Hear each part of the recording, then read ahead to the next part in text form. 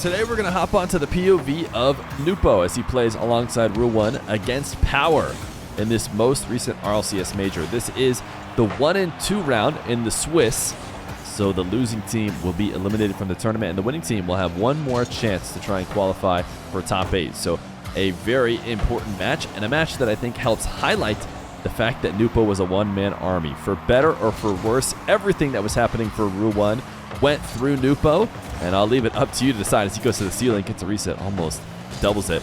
I'll let you decide whether or not that's because that's Nupo's playstyle or whether or not it's just because he finds himself head and shoulders ahead of his teammates. That can be up to you, but you might remember that when Nupo played in the RLCS in the past, this was before his year-long ban, he actually played alongside a team called Cola, and he did the same thing with Cola. He was leaps and bounds ahead of his teammates, it would seem, and he was oftentimes even almost like bumping them and cutting them off in order to get to the ball, and it led to him becoming the second best team towards the end of that Sandrock Gaming / Falcons run where they won every single regional. It was clear that they were going to be threatened by Nupo's team Colo, or at least Nupo himself, before he eventually got banned. Now he's alongside teammates that I think people would consider a lot better than his Cola teammates, and yet he still finds himself doing everything for his squad. And what do I mean by doing everything for his squad? Well, you should be able to tell here in these couple replays, but also the stats back it up as well. If you guys have ever heard of shift rating or seen it, it was once called octane rating. It is a stat that was made up to try and surmise all of the stats that are in Rocket League, goal scoring, assisting, everything that they can get in order to determine what player played best and give them an overall rating, boil it down to one number. Now, that's always hard to do, and Shift has tried to do it, and they've done a decent job, but the problem is usually whoever they have at the top is not somebody who ended up winning the tournament. So it's not good at picking like the MVP over a whole tournament. Now, with all that being said, Nupo is number one. Nupo's number one while his team went 1-3 in matches. So his team didn't do very well, and yet it seems like he maybe played the best out of anybody, you could argue, in the whole event. Now, one of the cleanest stats to look at, I'm going to talk about a few of the things that Nupo had the highest stats of, but the most important one probably is goal participation for his team. Now, goal participation means whether he scored the goal or assisted it, that means he was part of that goal. 87.5%, and number one in the whole event was Nupo's goal participation. So just about every goal that was going in, he had some hand in, which also is reflected in, or shouldn't be too surprised in the fact that he is very aggressive, and the stats show that as well. He was first in in-game score. He was second in average speed. In fact, the person who got number one in average speed is Banana Head, who is on the ball right there, the only player who seemed to play faster than Nupo in the event. He was first in time spent in the offensive third, first in time spent in the mid third, and first in time spent most forward. Now, most forward is, of all of him and his teammates, he spent the most time ahead of the other two. Now, it's not showing that right now, so it's maybe not the best time to mention it, as he is last back for his team. But over the course of the whole event, Nupo, very, very aggressive. Now, he was also first in time spent closest to the ball, so he was all over the ball at every moment, turning back into the play when he could. He was first in boost collected, and he was first in time spent in the air. So the ground versus the air, both high and mid-air as they hold onto it in shift. Nupo was number one. Now, you can't be number one in all of these without either dominating, like your team completely dominating and you guys winning every single game, or having somebody on your team who's also on the other end of those stats. And that actually ended up being Khaled for Ruwan. So Khaled was forced into the defensive role and spent a ton of time back, number one back, number one in the defensive third, all those kind of stats. So a very spread out team, I guess I should say. Nupo very heavily up front, Khaled very heavily back. Because of that, maybe because how Nupo is playing, I mean, that is something that is worth thinking about. Is it because Nupo is so wildly aggressive that he's maybe forcing teammates back and forcing a rotation that isn't ideal, or is he really just so incredibly good? He's all over the ball at every time, and it just so happens that his teammates end up being back. Something to think about, but there's no question that Nupo played amazing. And I think these couple games will show it, as right now, Nupo is down, but he's going to jump and intercept the ball and have it go straight off the ceiling and into the net to make it 1-1. Not only was his team down a moment ago, but they are still down in the series. Like I said, Power able to win game 1 in this best of 5. So Rule 1 going to need to string a couple wins together if they want to tie it up and take back the lead and maybe advance. As 10 seconds are left in this game, Hamad's going to pass infield to Nupo. Nupo finds himself in his familiar location upfield. We're not going to see him turn at every occasion. So as Ahmad shoots on target, he turns to try and stop Torsas' clear and look to pass back down. A decent pass, but it will not go in.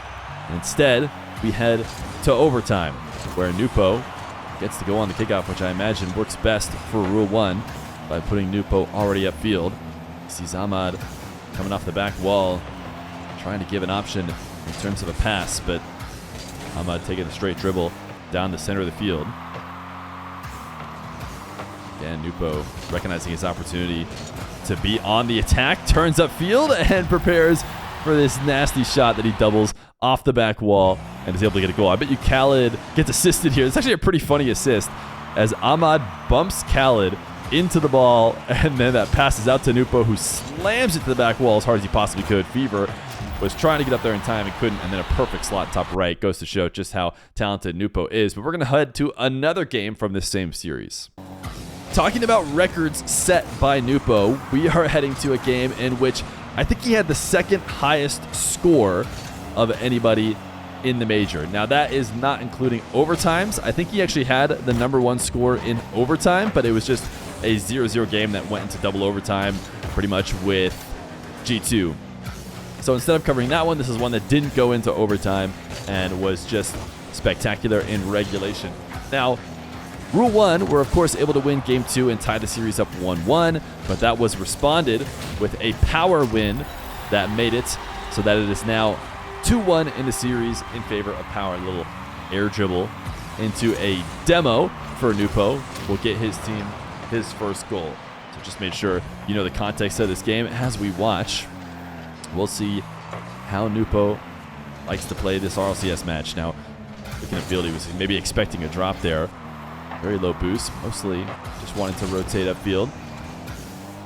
As Ahmad will be the first to challenge. Now, these are ideal situations. Anytime Nupo can be on the ball with nobody in front of him, I mean, he converts every single time, and he does it here as he pins the ball high off the backboard. He's able to follow it up for a goal. Now, not the best cheat up on the kickoff from Nupo, and it is going to be a goal. Maybe that's, a good picture of the dichotomy of how Nupo ends up playing and working with his teams.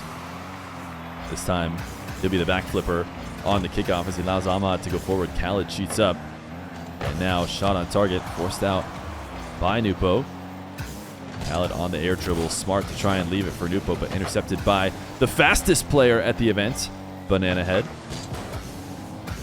Ahmad sends it to the ceiling. Nupo just going to try and make something happen, and this is what he does for his team. Even in times it doesn't score, I mean, that really wasn't the best pass in the world, especially, if you want Nupo to make something happen because he's on the other side of the ball. He has to get out around it before he gets that reset and puts it on target, but yeah, he still gives his team a good opportunity. Power do end up saving it. But a shot gets registered for Nupo as he waits at the midfield, decides to leave this ball as Torsas air dribbles into his teammates. Khaled and Ahmad going to connect together. Can't quite finish it, but they've got Nupo to do it. And Nupo will do it again as he reads the backboard bounce, puts his team up 3-1. And that is just how it went for everybody who watched the event. Even in opportunities where it seemed like Khaled and Ahmad, are getting involved or had a huge part of it, always Nupo was involved in some way or another. That was just what made him have such a great event. As he will back off right now. Fever sending this one to the midfield, little sidewall pinch, dunk from Nupo. It'll be a tough one to follow up, but no teammates around. Torsas actually just missed a banger of a double if he was able to finish that one off. 50 from Nupo, and there it is.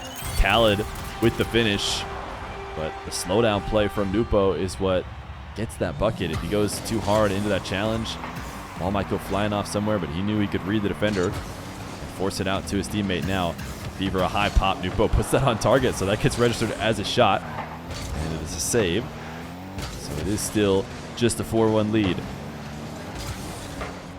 Nupo backing off the ball now. No boost at the midfield. We know how much he likes boost, so he will get the full rotation before turning back into the play.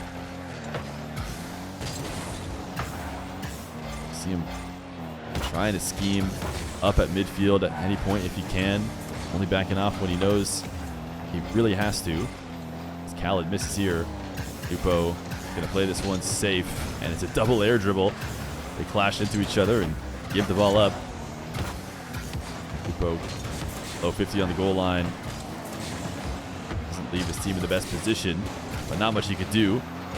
It's now everybody on Rule 1 diving to clear the ball, and they're going to escape as Ahmad will dunk it away. Nupo will push up field, sees an opportunity to strike, and a double. He's so quick, and that is the quickest player in the whole major that he beat to the ball. Banana Head did have the highest average speed. Now, to be fair, highest average speed doesn't necessarily mean the quickest player. There's oftentimes players seem or really are fast despite maybe the stat not showing it, because they're always there in the right positions, and that's really what speed is all about. But Nupo has it both as he tries to double this off the back wall for Khaled. And his team up 5-1. But, you know, I wanted to talk a little bit not only about Nupo, who has already put on quite the spectacle. I'm not sure he's going to get much more here in this final minute. But whether or not, you know, is there anything for Rule 1 to change as far as going forward in MENA and trying to make it into majors again? Right now, I think they're still fairly comfortable. They were fairly comfortably number 2. And I could see the desire to maybe not want to mix anything up in order to make sure you stay number 2 and you're the actual team that's going to majors and worlds. But I do think that MENA can have a stronger MENA 2 than we saw. I think MENA, numbers 2 seed, doesn't need to go out in the 4th round of the Swiss with a loss to OCE. Because, by the way, if you didn't already know, even though they win this game, they do end up going on to lose Game 5 and getting eliminated. So I think that's...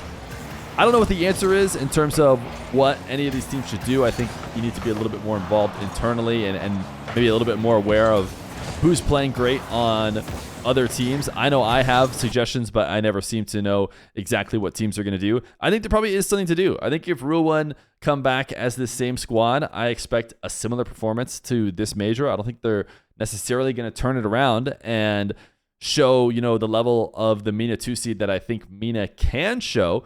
But maybe they will. You know, maybe I'd love to eat my words. I'd love to see this same squad come back and do it again. But there's a lot of talent coming up in MENA, whether it's not just the team that beat them, Team Rock, a bunch of youngsters, Nush, Ops, Dr. Known. I'm not saying that they should add them. I'm just saying that there's a ton of talent in MENA. I do think MENA number 2 can be really strong and at some point be, in the near future, be as strong as NA number 2.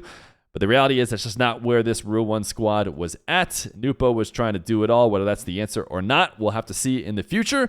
But I just wanted to cover a pretty impressive major by this guy right here.